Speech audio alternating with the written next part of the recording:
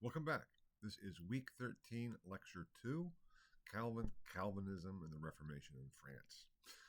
In the last lecture before the lab, week 12, lecture 2, was on Luther and the Reformation in Germany, and we left that there with the Diet of Augsburg and the presentation of the Diet of Augsburg, the impending onset of civil war within the empire, and the troubles that were facing Charles V and the empire as such. And in France at this time, things are just beginning to heat up, so to speak. Now, we can see developments in France rather differently from what was going on in Germany. It was not simply a spread from what was happening in Germany to then spreading to France and the other places. I already indicated that too in the lecture on Luther and the Reformation in Germany, pointing to Karlstadt and Zwingli and the issues of different patterns, as I'll be talking about in the next lecture or so, of Reformation. We can't see this simply as a causal origin in Luther that then has branches and stems from Luther, but there were a number of movements and developments in various locations of, I'm not going to say spontaneous reformation, but it's a sign of the times that people are saying we need to change things. We also see with France a clear distinction between reform and reformation, which is something I talked about before as well, in terms of the Reformation of the later Middle Ages and how do we distinguish between reform and reformation. There were movements of reform both within the Reformation of the later Middle Ages, and then too, going into the 16th century, there was a general sense of things need to improve and to change. And this attempt and desire to bring about reform without reformation was particularly a position of the humanists, the northern humanists. And I talked about humanism in the lecture on the crisis of the later Middle Ages in discussing the Renaissance and Renaissance humanism. There's the humanism was an educational movement in terms of reforming the university curriculum, returning to classical models.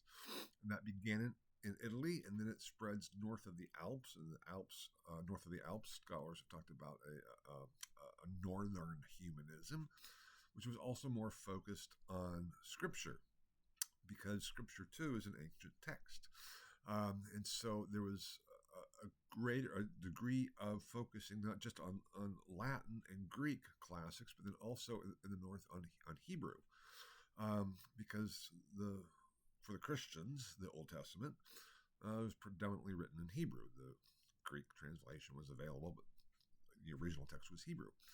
And so it was really this ideal of what they called the trilingual man, of Greek, Latin, and Hebrew, which was then became the ideal for the humanists in the North. It was only in the later 15th century in Germany where lectures on poetry began to be accepted in the universities. I think I mentioned that for Luther at Wittenberg, this whole approach of Reformation was seen in that context as the Reformation of the university curriculum. Philip Melanchthon was hired at Wittenberg as the professor of Greek along these lines. And when we look at Paris is one of the oldest universities, as I talked about, I think, previously. In some ways, depending on how we define things, could be seen as the first university. And it was the bastion of theology. In terms of where do you go to study theology, you got to go to Paris. Anything else is not only just second best, but really inferior. And Paris, the University of Paris, was resistant to humanist reforms, and so a lot of the humanist movements took place outside of the university. Similarly, originally in Italy, these were humanist developments outside, in circles of humanist study outside of the university.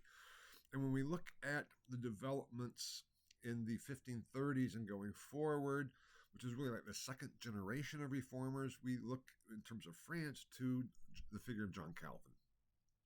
And in some ways, Calvin and his works and the movements that spread based on Calvin and his influence, referred to as Calvinism, had a greater impact on the development of the West than did Luther.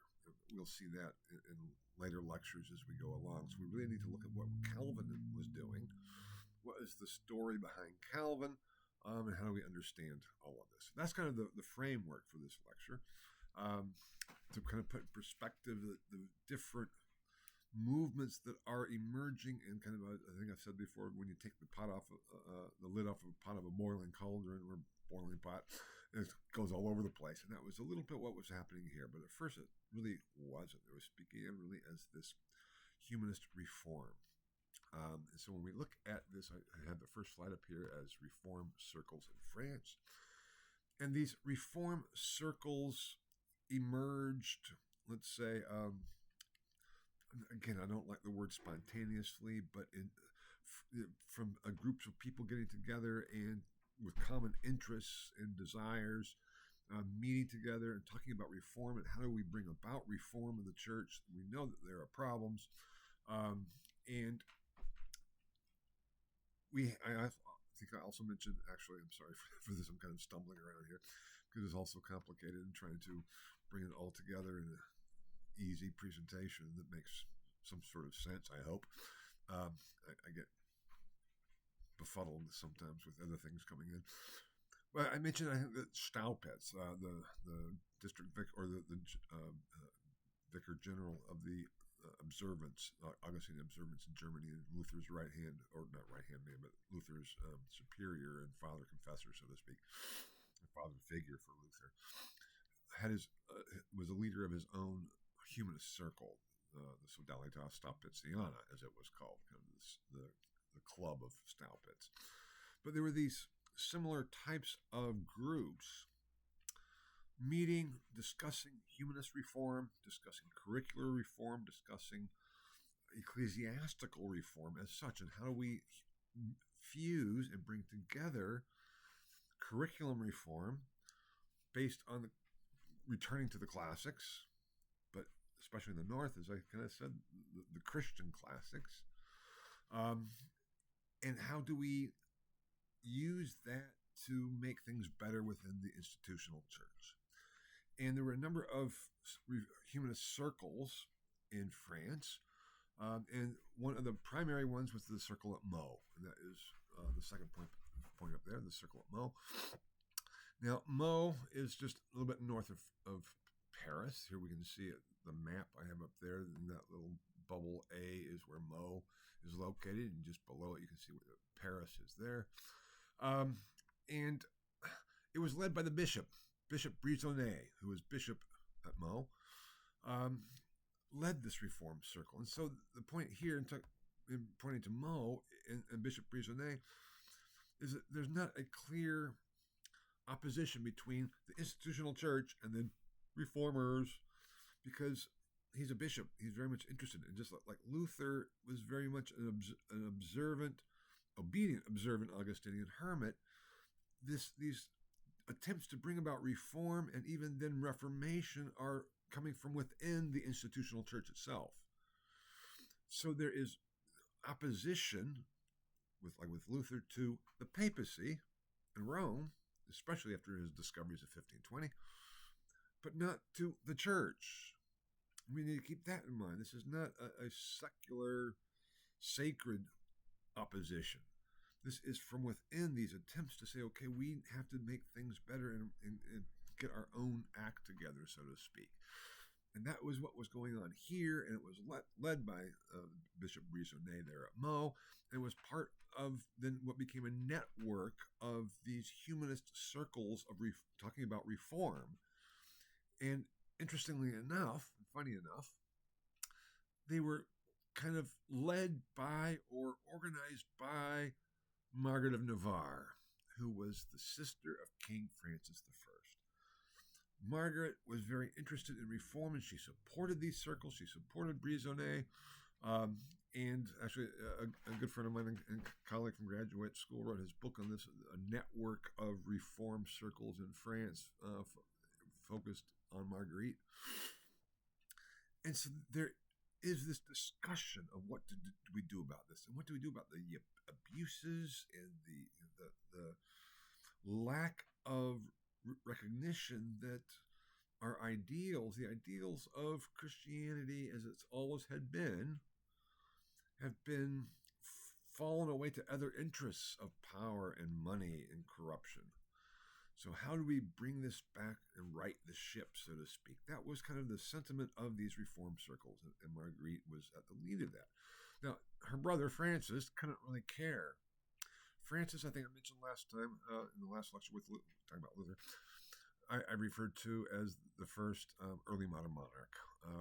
And I mean by that is his ideals and views of how to be king, even though drawing on traditional understandings of the French king, namely as a successor coming from Charlemagne, and basically, even though technically underneath the emperor, he's the ruler in his own realm, directly ruling for God. The French coronation rituals very much express this, how it's God and the King of France, and on we go.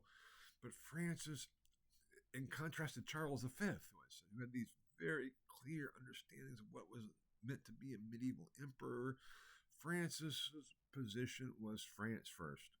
France first and me first, basically. So whatever would further the welfare and well-being of the realm, that's what Francis wanted to support. Did he? As King of France, his title was the most Christian king, but he didn't really care. He didn't care about these reform circles. He's not thinking about how do I really provide for the best spiritual and theological and ecclesiastical life for my realm. He's thinking of what is best for France. And I mentioned that he ended up making an alliance with Suleiman the Magnificent against Charles V. If I didn't, I'll come back to that later, maybe. But the point is, he focuses on practicalities. He was a very practical, politically savvy person. And in some ways, this whole approach in France develops from that sentiment, which we really see first with Francis I. I don't know if you've heard the term realpolitik. It is a German term, but can also be used in French.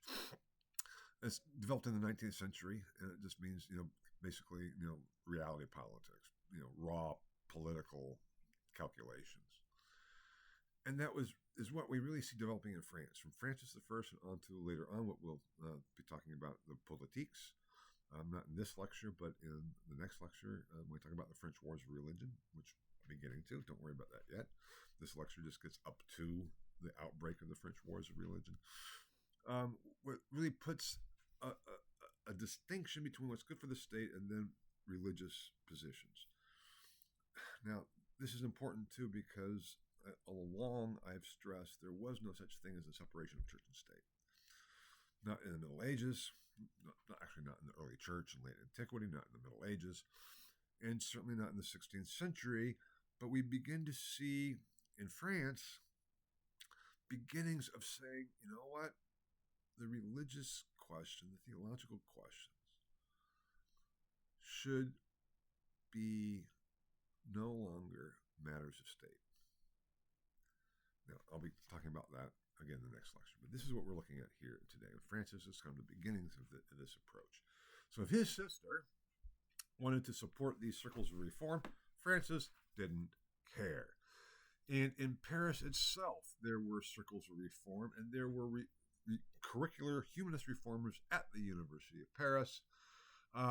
And the figure of John Calvin became associated with that. And actually, Calvin wanted, first of all, to be a humanist. He wanted to be a classic scholar.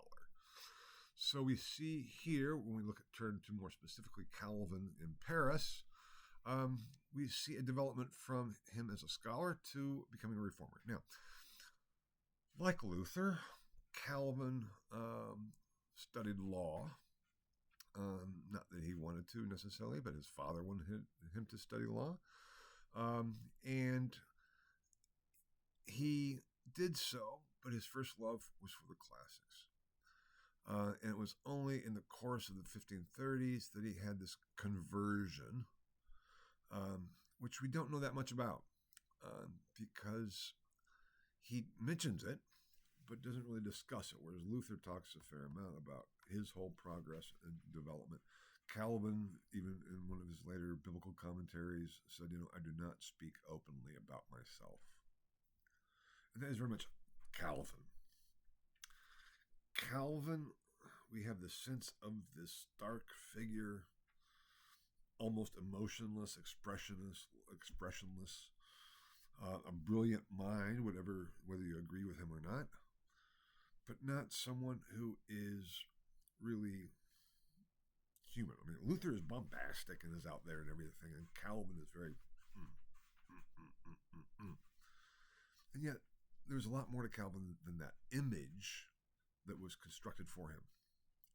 So, just I want to put up here, as I do in the next slide, the basic timeline. Also comparing Calvin and Wittenberg, so you'll see how, or why, not how, but why we refer to Calvin and his developments as a second generation reformer. Because Calvin was born in 1509, the same time that Luther is beginning theological studies. And in 1523, I have up there Bishop Briçonnet's decree against Luther and his works. Even though Briçonnet was leader of the Reform Circle at Meaux, he still says, not like the Germans, we're not going to go that far. 1525, the Estates General accuses the Meaux group of heresy. But okay, 3 evangelical preachers were burned for heresy in Paris in 25. So there's beginning to be this problem of, are these reform circles pockets of heresy, or are they all positive reform? They still have Marguerite's support and direction, so to speak, an organizational networking of these all together, even though there's beginning to be also worry and opposition. Calvin receives an MA degree in Paris in 1528. He goes to study law in Orléans and then in Bourges.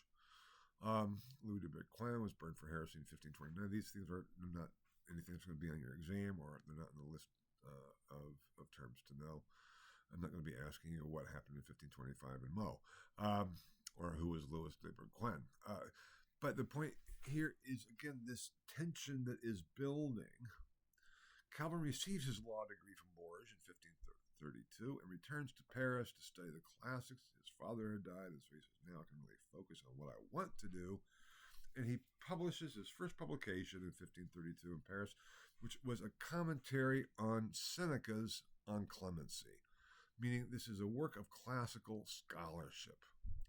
But sometime between 1533 and 1534, he had, again, this conversion experience where he says, I should really put my talents and abilities to work for reforming the church. He had a close associate in Paris, a man by the name of Nicholas Cop, who was actually the rector of the University of Paris, and that is today a very exalted title to be a rector of a university. And what it meant at the time, though, was simply a relatively recent MA, Master of Arts graduate would be named as rector. So Cop is a contemporary of Calvin in terms of age-wise, maybe a little bit older, but not much. He's appointed rector of the university, and he is advocating for a pretty substantial reform program of the university. I have up there the Cop Affair, because he gave this address and speech calling for reform. In November, there it is, 1533. This is already after what is going on in the empire. It's after the Diet of Augsburg. It's after the formation of the League of Schmalkalden, when all sides within the empire are expecting, preparing for, and waiting for the outbreak of civil war. In Paris, Cop is simply saying we need to reform the university and making a strong case, of which, of course, there's opposition to reform movements. Calvin was associated with Cop. So the controversy, Calvin gets sucked up into the controversy over what do we do with the university, what do we do, and how does that affect and change, and what relationship does that have to reforming the institutional church? All the while, Francis, who's fighting Charles V, he's off doing stuff for affairs of state. He doesn't really care what his sister's doing or what's going on in Paris, as long as they just kind of keep to themselves. That's fine. But then something happens that changes everything in France. And that is an event known as the Affair of the Placards. The Affair of the Placards was a complete switch for Francis in terms of his policy towards these reform circles and what he saw them be increasingly and almost exclusively now as pockets of heresy. What was the Affair of the Placards in October 1534? A placard was simply a broadsheet. I mean, it's a one-page printing. And it would be posted everywhere. So the placard to post it everywhere, everything. And this placard that was done was extremely critical of the Mass, extremely critical of the priesthood and the whole traditional Roman institutional church.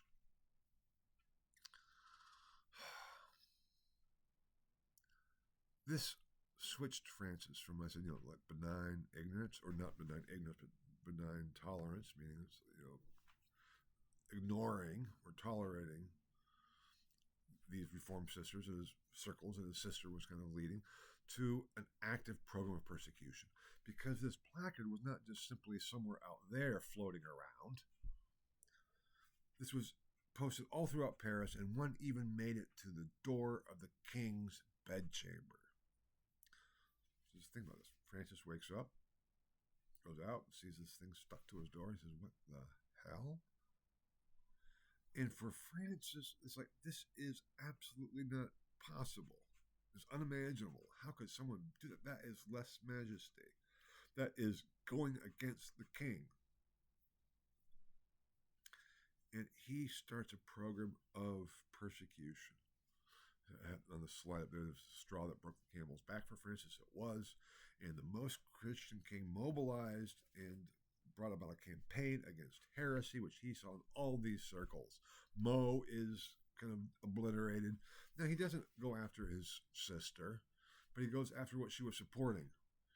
And there begins to be real problems if you're associated with these reform circles, as was Nicholas Cop and Calvin. Because all of a sudden, people are being arrested, rounded up, arrested, tried for heresy, and executed. That's what you do with heretics, because they can, endanger the entire eternal salvation of the realm. So what do they do? Calvin is there in Geneva, in Paris. He hasn't gotten to Geneva yet. He's there in Paris, and he's feeling the heat. I mean, he's French. His whole love is, he's a Frenchman. Jean Calvin. And he thought he was doing something. He was firmly studying the classics. He was involved after his conversion, whatever that consisted of, using his classical knowledge and his legal training to hopefully bring about reform in the church, make it all better. But now with this new campaign against heresy that Francis initiated in response to the Affair of the Placards, Calvin says, I'm in danger. Cop and I are in danger. We have to flee. So Calvin fled Paris. And he left and went to Basel. He saw the writing on the wall. This is the slide Calvin flees. And while in Basel, he did a couple of things. He said, okay, I'm going to write where we stand and what our position is. Because if Francis would only know what we're advocating and know what we're saying, he would agree with us. Footnote, similarly to Luther sending his thesis to Pope Leo, saying, just read my thesis, I'll accept your judgment as a judgment of Christ speaking through you, but you will agree with me, Leo. because I'm right. Calvin kind of had the same approach to Francis, and he wrote this little book. And at first, it is a relatively short book. The English translation is about 250 pages, called The Institute of the Christian Religion. First edition is 1536. There's a prefatory letter to Francis I. Now, I'll talk a little bit more about the Institute, which later became known as the Institutes of the Christian Religion, because Calvin kept revising this work from 1536 to 1559. What remained unchanged was his prefatory letter to Francis. He always had his hope of converting and reforming France. But he couldn't do that from Basel. Basel is a Swiss city, German-speaking Swiss city. But as he's sitting there and kind of biding his time, and he writes this treatise, The Institute of the Christian Religion, he says, I really should put my money where my mouth is, so to speak, and resign my benefices. Now, a benefice, let's go too long if I had to explain the whole history of benefices, but a benefice was actually the income from a parish. A parish of a church, because every church is geographically located in a parish. And the income comes from the offerings. And a benefice was taking some of those offerings and giving it to an individual to benefit the parish. And it often became a means of, let's say, financial aid for students. Students would receive benefices. I already pointed out from 1231 in the Par-in-Ski and CR, and with the foundation of the University of Paris, that part of those privileges was that all students at the university would be classified as clerics. So the idea was that if a student needed financial help, we would grant them a benefice, and that will help them in their studies. And then when they're finished with their studies, they'll come back to the parish and serve the parish as priest or whatever other way. So it was a sense of saying, okay, we as a parish are going to support this person, and they'll come back and help us. That was the theory and idea. It worked that way, but the thing is, students were pretty savvy, and they started getting multiple benefices, as did other people as well. And so Calvin had a number of benefices. And of course, you can't go back to every parish from which you have a benefice. And so he said, but if I'm really into reform, and if I'm putting my money where my mouth is, not only do I write this treatise, this Institute of the Christian Religions, I'm really outside the pale now. So I really need to resign my benefices. So he goes around physically visiting the various parishes where he had benefices to give up his benefices, to resign his benefices, and no, I'm no longer going to be doing this. Even though he's still based in, so he's traveling around, and as he travels through, as he makes on his trips to resign his benefices, he passes through the city of Geneva, which is a Swiss city. Basel's a Swiss city. Geneva is a Swiss city. There was already a reformer in Geneva, because the Swiss had started already with Zwingli early on in the 1520s. There had been reform movements in Switzerland, in the Swiss canton, the Eingenossen, as they were called. And it was made by the name of Guillaume Farel, or William Farel. Now, Calvin had already put out his institutes. This is like in 1538 when this first happens. When he goes to Geneva, Farel recognizes him or meets him somehow and says, Calvin, you have to stay here to help me reform the Church of Geneva. I don't want to do that. But he agrees to stay in Geneva and help Farel and work together with Farel to clean up Geneva. This is up here, Calvin and Geneva, the first attempt, because Calvin's name becomes inextricably linked with Geneva. Geneva is not a French city, it's a Swiss city. French speaking, but Swiss. This first attempt with Farel and Calvin, they said, okay, we really have to crack down on how these Genevans are living their lives. So there's a lot of moral censorship, getting rid of gambling, getting rid of dancing and parties, getting rid of prostitutes. People all of a sudden said, we hate these people. We have to get rid of them. They started naming their dogs Calvin and Pharrell and then kicking their dogs. And there was a new election of this small council, the city council. The city council in Geneva, there was the large council consisting of all citizens, that is, all male property owners, but it's a large council, about 250 members or so. And then there's the small council that actually governs the city. The large council would meet once a year. The small council would meet monthly or so. I'm not sure exactly how often they met. But there was a new election to the small council of the opposition party. And they said, we've had enough of this attempt to reform ourselves. Calvin and Pharrell, you're expelled from the city. Now, Geneva had already expelled their bishop. They had already proclaimed for the Reformation in that we are no longer going to be subject to the traditional ecclesiastical structure. There's a number of Swiss cities who did that in western German cities they started with the Reformation by expelling their bishop and saying, we are not going to be under your authority, which is the same as saying we're not going to be under the authority of Rome. That begins to happen in the later 1520s in Switzerland. Zurich was finally they finally kicked out their bishop. It's really the demarcating factor of accepting the quote unquote the Reformation is throwing off the political structure of the ecclesiastical hierarchy.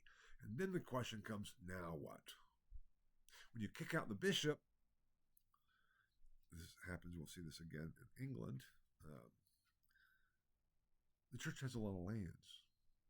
The bishop owned a lot of land. What do you do with that land? You appropriate that land. So there's an economic incentive, so to speak, of turning Protestant, so to speak. Now, I talked about the origins of that term Protestant in 1529. We can't really talk about Protestants in a technical sense before then. But in terms of Protestants being in opposition to Rome and the traditional ecclesiastical hierarchy and political structure, we can use it in those terms. And the defining characteristic was kicking out your bishop, because that was what was going on. These Swiss cities are independent city-states. The Eidgenossen, the Confederacy, the Swiss Confederacy, consisted of individual city-states, which are independent sovereign entities. They banded together and worked together in various ways, but each city as an independent state was not just the city itself and its walls, it was also the territory around it. And so a city could potentially gain a lot economically by kicking out their bishop, because they just appropriated the bishop's lands and territories and possessions. And Zurich had done that. Geneva had done that. And it's like, but now what? How do we actually organize the church? And that was why Farel was working to do that. And that's why he brought Calvin in. And that's what happens when they were attempting to do that. The Genevans resisted, ended up, they said, you're going too far. We expel you, and so we'll figure it out ourselves. That's what the small council was doing, because still the small council is the one in charge. The city council, the city council. So Calvin says, fine. He goes to Strasbourg, actually. And there, Strasbourg was a city on the borders between France and Germany, the empire. Kept going back and forth. By the time it was predominantly German-speaking, but there were a lot of French there. And the reformer of Strasbourg was a man by the name of Martin Butzer. He actually was the one that was at the Marburg Colloquy, whom I mentioned when I was talking about the Reformation in Germany, who said future generations will laugh at us because the doctrine that should unite us is the point of our division, namely the Eucharist, in response to Zwingli and Luther not being able to agree on the doctrine of the Eucharist. But he was there. Martin Butzer, very interesting figure, one of the more understudied of the major reformers. He's there in Strasbourg. Calvin goes to him. He appoints Calvin as the pastor to the French community in Strasbourg.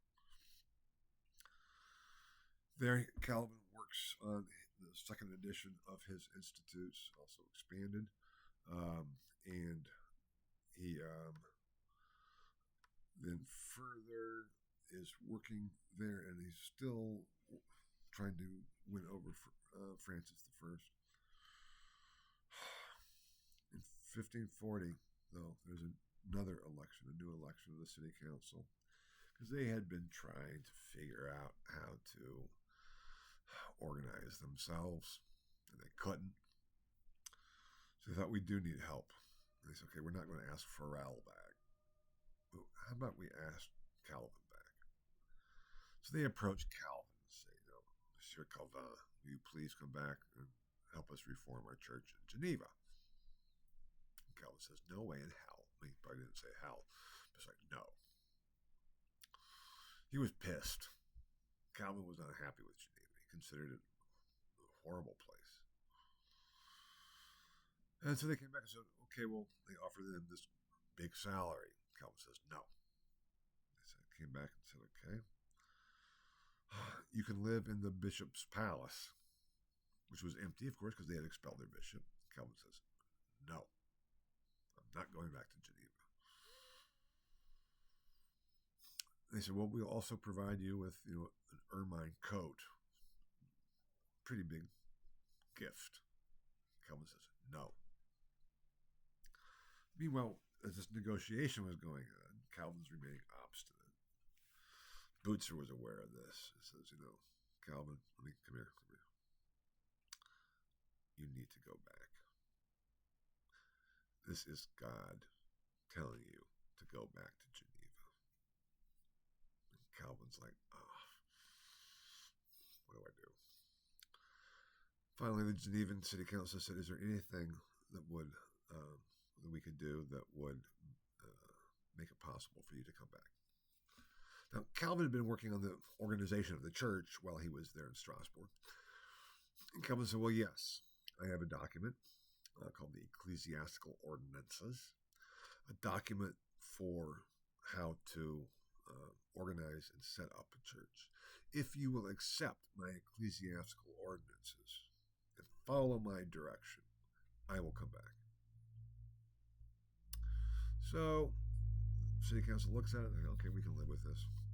Finally, they vote to accept the ecclesiastical ordinances. Calvin returns to Geneva. The ecclesiastical ordinances becomes the law of Geneva for the church. Keep in mind, the church state are exactly the same thing, still. And Calvin starts to build his vision of Christian life in this world and ecclesiastical life that makes living a Christian life possible in Geneva, with his ecclesiastical ordinances and his Institutes of the Christian Religion. And Geneva really becomes, not without opposition still, but really becomes what we would call a theocracy. Very controlled. Very regulated. We said the Genevans wanted it. Yeah, they did, because they tried to do it without help and they couldn't. There was still was a lot of tension. But Calvin, even though he was not a dictator, the power lay within the small council. But the way it was set up, he had huge influence on the administration of the government in Geneva. He didn't become a citizen of Geneva until basically on his deathbed. He's still a foreigner. But when John Knox, well, maybe hear about or you'll read about, reformer of Scotland, came through Geneva, he said, this is the most godly city I have ever seen. Now the question I have up there is it a godly city or is it simply a theocracy? The differing perspectives. But Calvin, that theocratic nature of Geneva has given Calvin in some ways an image that is not really getting at who he actually was and what was actually going on. He's a lawyer, keep in mind. He never studied theology. His studying of theology was his own study, never trained in theology. He's a lawyer, and here he is in charge of the Reformation of the Church in Geneva.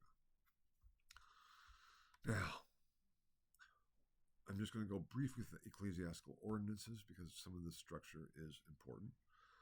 And then I'll come back to, or then I'll move on to the institutes, which too is important. The ecclesiastical ordinances, very briefly, establish it as follows. There would be a company of pastors, meaning all the pastors within the territory of Geneva would meet regularly and discuss church policy, discuss church discipline, and on we go. Then there would be the consistory. The consistory consisted of the company of pastors and the elders. The elders were one of four offices of the church that Calvin had established in his ecclesiastical ordinances. Those offices are the pastors, the elders, the deacons, and the teachers. If any of you, I'm not assuming anything, but if you have a background in the Reformed tradition, the Presbyterian tradition, or the Christian Reformed tradition, you will recognize this very well. The deacons were to take care of the poor. I grew up in a small rural Presbyterian church, and the deacons there were usually women. I think most all women. Because they were seen just to take care of niceties. But at the time, they were based on the biblical model of Stephen, who was the first deacon, and their whole point was to deal with the poor, kind of the social outreach of the deacons. The teachers were like the Sunday school teachers, but they're so important because they are actually those who are teaching the people. The elders were the, let's say, administrative ruling body, consisting of, they're called elders because they're the older people, those most distinguished people, as the leaders of the congregations, and the pastors are at the top. So, in that sense, the consistory consisted of the elders and the company of pastors, and they were the consistory was really what was in charge of ensuring church policy and discipline, because for Calvin, discipline was essential. And with that, I'm moving on to the Institutes of the Christian Religion.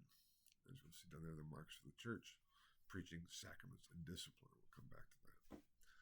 Now, Calvin's Institutes, I said, was first edition of Basel in 1536, but it kept being expanded and revised up until 1559.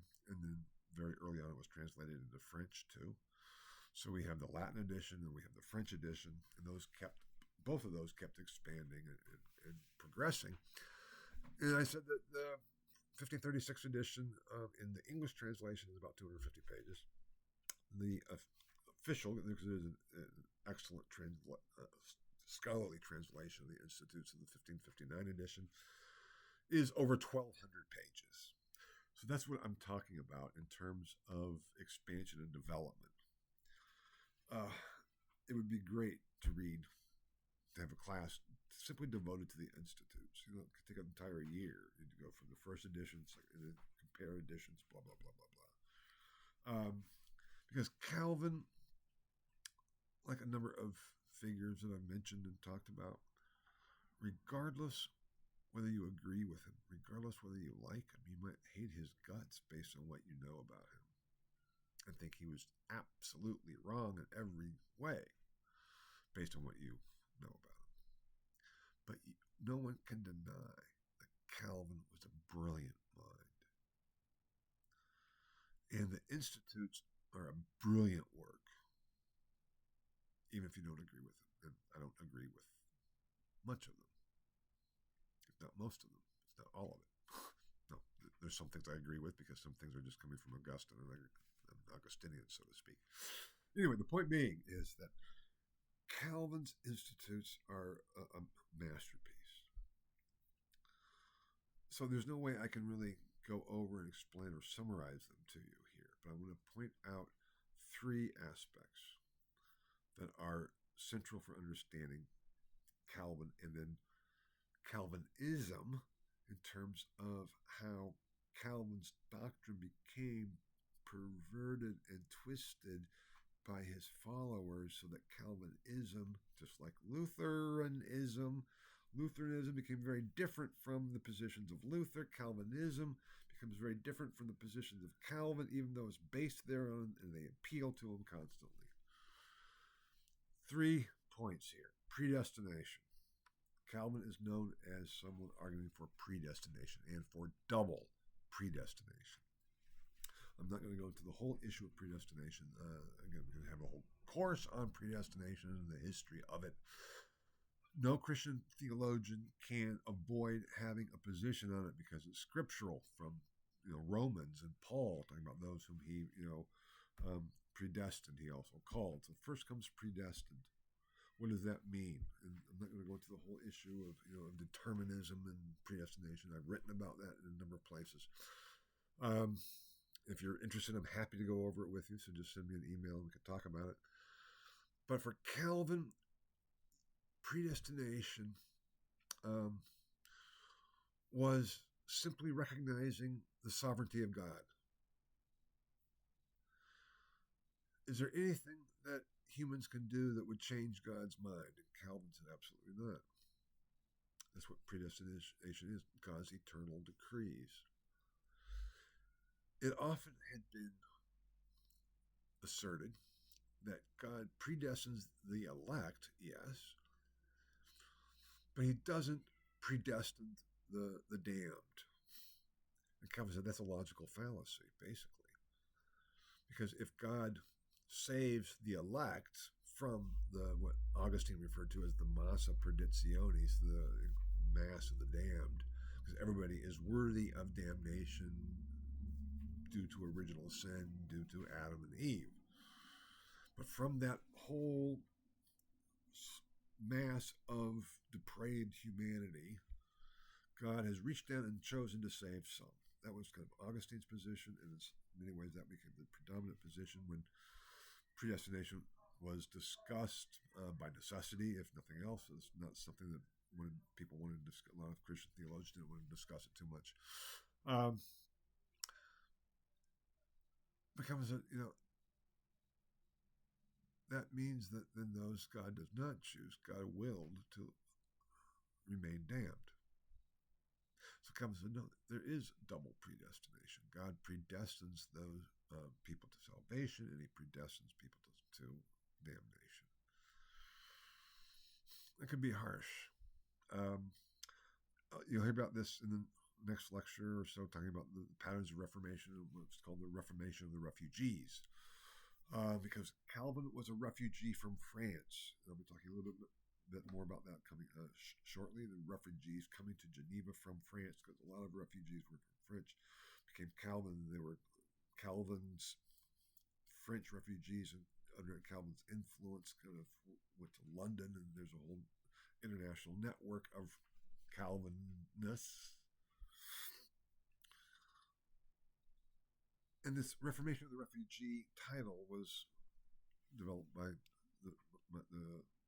my doctoral advisor, Dr. Vater, Heiko Oberman, who was a Dutch Calvinist himself. He was an ordained Reformed minister in the Netherlands. He never served in the parish because he was an academic. But anyway, and one of the things he said was that Calvinism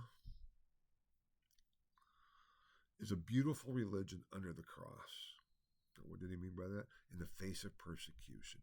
When you know that you could be snatched up and burned and killed at any time, the idea that you are in God's hands is one of the only ways to survive that. And that's really what the doctrine of predestination was about, the recognition that we are in God's hands, that God is in control. But Heiko went on and said, it's a beautiful religion under the cross. But when it becomes the official doctrine of a territory, he said, as it did in the Netherlands in the 17th century, it becomes diabolical. That's a pretty powerful statement. That's something that only a Dutch Calvinist could make, because anybody else would be seen as just an outsider and critical in that right. Heiko got away with that and makes a huge point. We are not talking about the Calvinism of the Netherlands in the 17th century. We're not even talking about the Calvinisms of the Calvinism of the Puritans in the New World or in England. We're talking about the Calvinism that was a means of survival in the sense of persecution. That was what was going on. And that was why the doctrine of predestination was so important to Calvin. Now I have up there the next point, the joy of the law. Luther, as you may know, or may have talked about a little bit, made a big distinction between the law and the gospel. The law is what kills us and condemns us. The gospel is what sets us free. That's the good news. For Luther, there were two uses of the law. The civil law is essential and important to regulate society. But then the divine law is there to point out how sinful we are, because we can never hit the mark. We can never fulfill the law, no matter how hard we try. And that was it for Luther. For Calvin, there was a third use of the law. I guess it's a complex discussion. We could talk about that for a long time too, which I'm not going to go into all the details. But in general, we can say for Calvin, there was a third use of the law. There was the civil use. There was condemnatory use, meaning it shows us how far from the mark we are.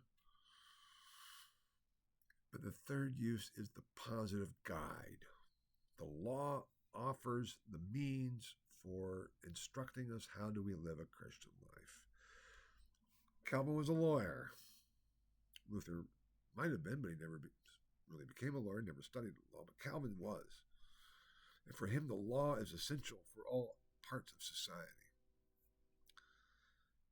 It's the joy of the law. It's like, thank God, God has given us a roadmap and a set of instructions for how to live. Yes, it shows us that we can't come up to standard.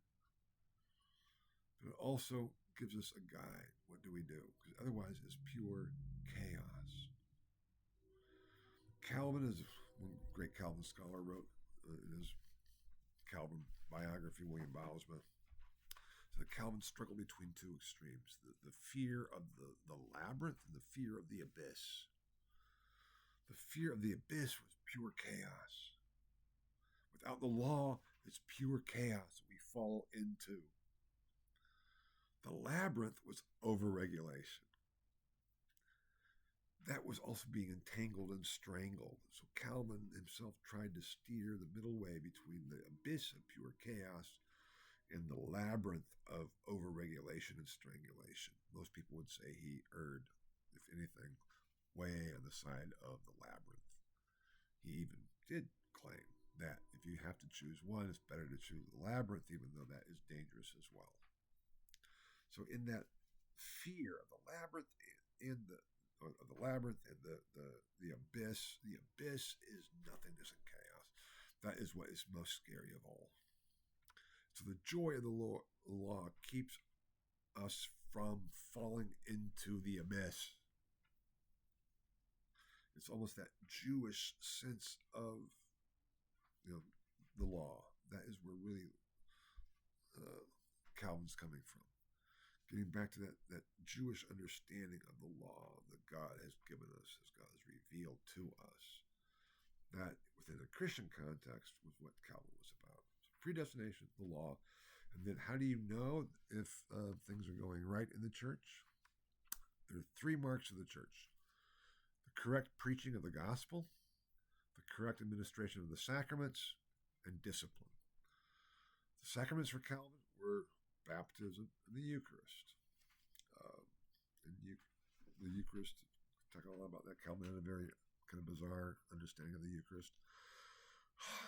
Calvin believed in a real presence, but not in the elements. He says what happens in the mystery of the Eucharist, the Lord's Supper, the communion, is that we are spiritually lifted up to heaven and are served by Christ. We celebrated the feast of the Lamb spiritually in heaven. So Christ is really present for us, but that's because he brings us up to heaven. which then also is a major difference between Calvin and Luther. Calvin was like, no, I gnaw on the flesh of my Redeemer. But two, for Calvin, the greatest holiday of Christianity was Easter, the resurrection, Christ enthroned in heaven. For Luther, the greatest holiday and feast is Christmas, the incarnation, God coming to us where we are. Those two kind of encapsulate the difference between Calvin and Luther. Anyway, the discipline. I mean, everybody, Luther would say it's the preaching of the gospel and the sacraments too. There could still be some debate. Luther wanted to keep confession as a sacrament. Other people said no, but basically the Protestant tradition got rid of 5 in a way of the sacraments, with confession being a question mark maybe. But for Calvin, definitely there's only 2 sacraments. But then he adds another one, discipline. How are people behaving and acting? How is discipline being informed? Because you can't have a true indication of the true church unless we have discipline. So those are the 3 aspects. And for Luther, he says, our morals are as bad as a papist, and that's not what it's about at all. For Calvin, it's like, no, it is about that. That's the issue. Now, where are we here? I don't know how much of this I'll get through. I'll try without abbreviating too much. This is the Protestants in France underground. Because as I mentioned, Calvin had fled the persecution, the new persecution coming from Francis, but not everybody could flee. And so what happened is all these reform groups and people whom they had reached out to and converted, so to speak, had to go underground. It was no longer safe to openly view or express your views in your religion. There were then individuals who would go to France and go to Geneva to learn from Calvin. Calvin ended up establishing an academy in Geneva, and there's a slew of French refugees flooding into Geneva that caused the city council a lot of problems because like all these foreigners coming in. We don't want them. But Calvin, even though he was working in Geneva, always had his eyes for France.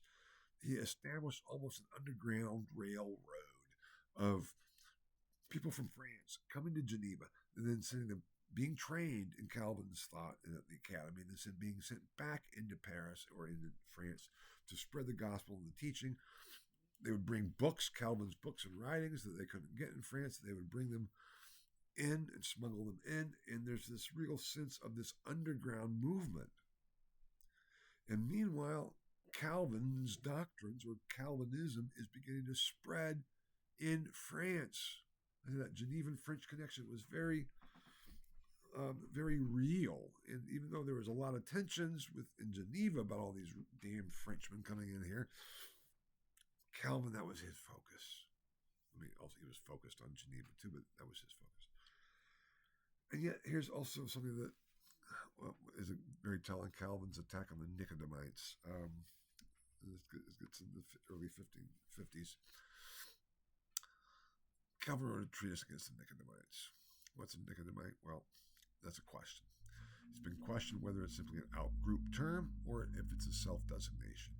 It comes from the scriptures, the Gospels. Nicodemus was a master of Israel and comes to Jesus at night.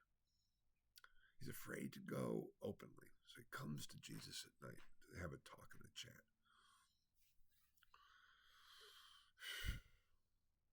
The outgrouped view of it, in terms of Nicodemite as a criticism, is that to be called a Nicodemite means that you are hiding your faith, you're hiding your beliefs, you're covering it up, which was basically the position that had to be taken in France in the underground.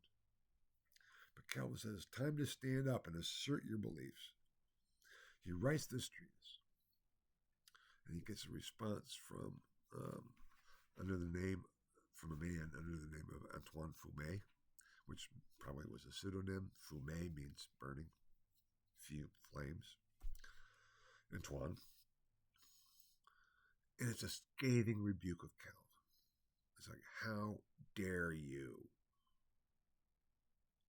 You fled. You're safe there in Geneva. If we came out openly, we'd be burned, which we face that threat daily. So just shut up, Calvin. That was the response from the Calvinists in France. Underground Calvinists. Now, it could also be that the term Nicodemite was a self designation or term used because Nicodemus, the same Nicodemus, was there at the cross, at the foot of the cross. So it's like even though he came to Jesus by night, under cover, hiding, he was there when it really mattered. We don't know if it was an out-group term or an in-group term or both. But the point is that gets at the tenor of this relationship. Calvin is trying to convert France. The French Calvinists are trying to convert France. Calvin, from the safety of Geneva, saying you have to come out in the open. And he's saying, no, we're not ready to do that yet. Now, the French Calvinists became known as the Huguenots. And the term Huguenots, there's also various theories of the origins of the Huguenots, from Hugh Capet or from the Huguenots in the Swiss. Where does it come from? And to my knowledge, there's not been a consensus on that. But when we talk about the Huguenots in France, we're talking about the French Calvinists and the French Protestants. There we go. Because at the time we have Calvinists and we have, there's still the Irenicists, the humanist reformers, but they're really falling by the wayside because the Protestant movement in France is spreading and is working. And it is so to the extent that some of the princes of the blood became Calvinist. And what's a prince of the blood? A prince of the blood is a prince, a noble, who is in the direct line of succession to the crown. It's a big deal, a huge deal. We'll hear more about that next lecture as we go through, but it was significant. So the point is here, with the support and conversion of some of the nobles, the top nobles in France, the Huguenots became almost an opposition party to the crown. They proclaim their loyalty to the crown, of course, but they are in opposition to the policy of persecution, repression. And they are a faction, and they no longer are hiding in the course of the 1550s. Once you have princes of the blood on your side, you don't have to hide. Just as Luther didn't have to worry because he had, well, he had to be careful, but he didn't have to worry because he had Frederick the Wise supporting him. When you have the princes supporting you, you can be open. And that's what was going on in France. And to the point where there was a significant faction, these Huguenots became a significant opposition to the crown and the Catholics. And this next slide is a map there. It's from a little bit later during the religious wars, which I'll be talking about next lecture or so. And you can see here the purple lands on this map are the Huguenot lands. The Catholic League that was then formed to oppose the Huguenots are the green ones, and the disputed lands are in between. Now, this is significant. This is a significant division. It's no longer simply a few anymore. And it is of major importance for understanding what's about to come. By 1559, there's attempts to bring about a rapprochement. Gets into the politics of France and some very strange developments. Serendipitous developments. It's a long story, which I won't go into now. After Francis I dies, his son Henry II takes over. Henry II was married to Catherine de' Medici, an Italian princess, for the Medici family, the same family that produced Leo X as Pope. And he was relatively young and in good health, and they had 5 or 6 children. They had 4 boys. They thought the line of succession was secure. And we'll talk about the line of succession with Henry VIII in England next time as well. But lo and behold, what we'll see next time with the French Wars of Religion, it came down to they all ended up dying from one reason or another. So eventually, again, this is a story for next lecture. Actually, a Protestant, Henry of Navarre, became heir to the throne as one of the princes of the blood. And the Valois line died out. But we'll talk about that next time. But that's what we're getting at. But Catherine was like, we have to come to a rapprochement. Couldn't really work it out. She was caught between, let's say, the hardcore Huguenot faction and the hardcore Catholic faction. And this would break out in a series of civil wars known as the Religious Wars in France from 1562 to 1598. That's what we'll be talking about next lecture in terms of the beginnings of confessionalization of Europe and the crumbling of Christendom. And this is just as the solution had been set upon in the empire, the solution to the conflict in 1555 with the Peace of Augsburg, which I also will talk about in the next lecture, the crumbling of Christendom. But my point here in pointing to both of these developments is that the world was changing significantly and notably in the course of the 16th century. Not in 1517, not even in 1530, but by 1560, oh yes, we're in a different world. That's what's going on. And we'll see more of the developments of what contributed to that significant change.